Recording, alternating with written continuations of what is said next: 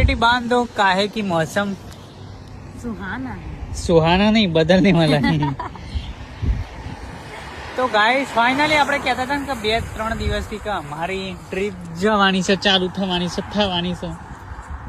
એટલે અમારી પિયા બેન ની વાની નહીં તો રુદ્રાંશ નો ખોળો આપે છે ને કારણ કે પિયાને અમારે ભણો પણ બહુ વાલો હતો એટલે પિયાને કીધું કે 10 દાડા તું સાચવી લે ને એટલે તો મસ્ત સામાન બામાન પેક કરીને અત્યારે અમે પહોંચી ગયા છીએ